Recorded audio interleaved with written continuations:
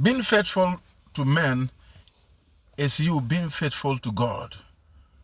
Being faithful to men is you demonstrating faithful to God.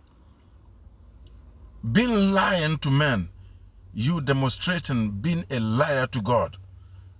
Because if you read Genesis chapter 1 verse 27, he said, God created man on his image. So if you say that you are a Christian, if you say that you are a pastor, if you say that you are an evangelist and you hate men, that means you hate God.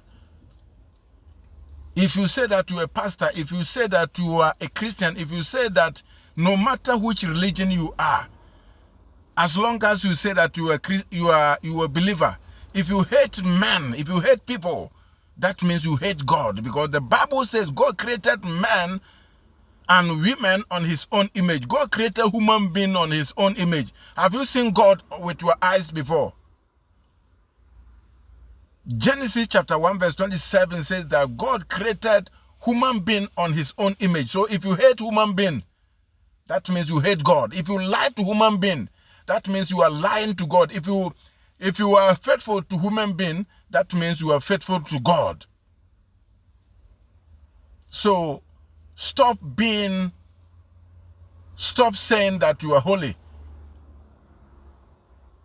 Stop saying that you are good, whereby you hate other people. Stop saying that you are a good Christian, whereby you gossip others, you hate others.